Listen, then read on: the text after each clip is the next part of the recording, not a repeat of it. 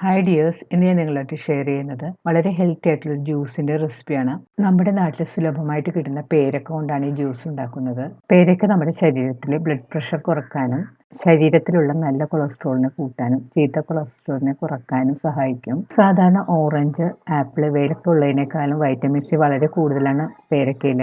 അതുകൊണ്ട് തന്നെ നമ്മുടെ ശരീരത്തിൽ ഇമ്മ്യൂണിറ്റി പവർ കൂട്ടാനും ക്ഷീണമൊക്കെ അകറ്റാനൊക്കെ ഇത് വളരെ നല്ലതാണ്. അപ്പോൾ നമുക്ക് ഈ ജ്യൂസ് ഉണ്ടാക്കാൻ തുടങ്ങാം. പേരക്ക ജ്യൂസ് ഉണ്ടാക്കാനായിട്ട് ഞാനിവിടെ എടുത്തിരിക്കുന്നത് 2 മീഡിയം സൈസിലുള്ള നല്ല പഴുത്ത പേരക്കയാണ്. കൂടെ കുറച്ച് പുതിനയിലയും 2 ഏലക്കയും കൂടി എടുത്തിട്ടുണ്ട്. പേരക്ക ഇനി ചെറുതായിട്ടൊന്ന് ചോപ്പ് ചെയ്തെടുക്കണം. പേരക്കയുടെ 2 സൈഡും ചെറുതായിട്ട് കട്ട് ചെയ്ത് മാറ്റാം. അതിനുശേഷം ചെറിയ കഷ്ണങ്ങളായിട്ട് നമുക്ക് കട്ട് ചെയ്തെടുക്കണം.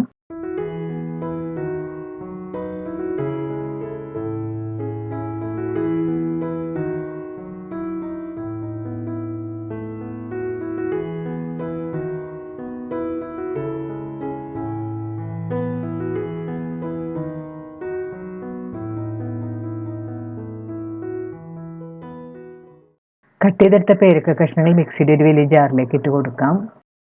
ഇനി ഇതിലേക്ക് 2 ഏലക്കയും ഒരു 15 പുതിനയിലയും കൂടി ചേർത്ത് കൊടുക്കാം. ഇതിലേക്ക് പാകത്തിനുള്ള വെള്ളവും കൂടി ചേർത്ത് കൊടുക്കാം.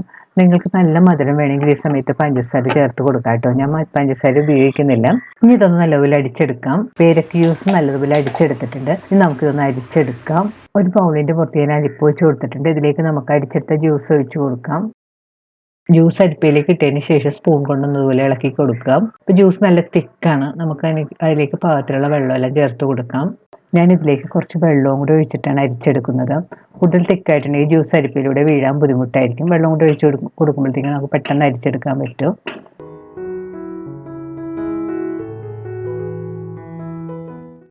ജ്യൂസ് നല്ലതുപോലെ അരിച്ചെടുത്തിട്ടുണ്ട്. പേരക്കയുടെ കുരുവെല്ലാം നമുക്കിപ്പോൾ അരിപ്പയിൽ കാണാം. അരിച്ചെടുത്ത ജ്യൂസിലേക്ക് ആവശ്യത്തിന് വെള്ളമെല്ലാം ചേർത്ത് കൊടുത്ത് കുടിക്കാനുള്ള പാകത്തിലാക്കി എടുക്കുക. നമ്മൾ ഈ ജ്യൂസിൽ ഒട്ടും പഞ്ചസാര ഒന്നും ചേർക്കാതെയാണ് അടിച്ചെടുത്തിരിക്കുന്നത്. മധുരത്തിനായിട്ട് ഞാനിവിടെ ചേർത്തിരിക്കുന്നത് തേനാണ്. ഞാൻ ഇതിലേക്ക് 3 ടേബിൾ സ്പൂൺ തേൻ ചേർത്ത് കൊടുക്കുന്നുണ്ട്. അപ്പോൾ നിങ്ങളുടെ കയ്യിൽ തേനിൽ പഞ്ചസാര ചേർക്കാം കേട്ടോ. ഞാൻ കുറച്ച് ഹെൽത്തി ആയിരിക്കാൻ വേണ്ടിയിട്ടാണ് തേൻ ചേർത്ത് കൊടുക്കുന്നത്. തേൻ ചേർത്ത് നല്ലപോലെ മിക്സ് ചെയ്ത് കൊടുക്കുക. ഇപ്പോൾ നമ്മുടെ ജ്യൂസ് റെഡി ആയിട്ടുണ്ട്. ഈ റെഡിയായ ജ്യൂസ് നമുക്കൊരു സർവിങ് ഗ്ലാസ്സിലേക്ക് ഒഴിച്ചു കൊടുക്കാം.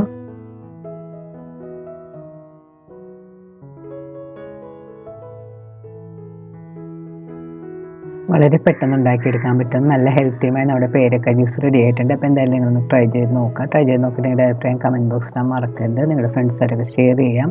വീണ്ടും ഇതുപോലുള്ള സിമ്പിളും ഹെൽത്തിയുമായിട്ടുള്ള റെസിപ്പി ആയിട്ട് നമുക്ക് കാണാം. Thank you.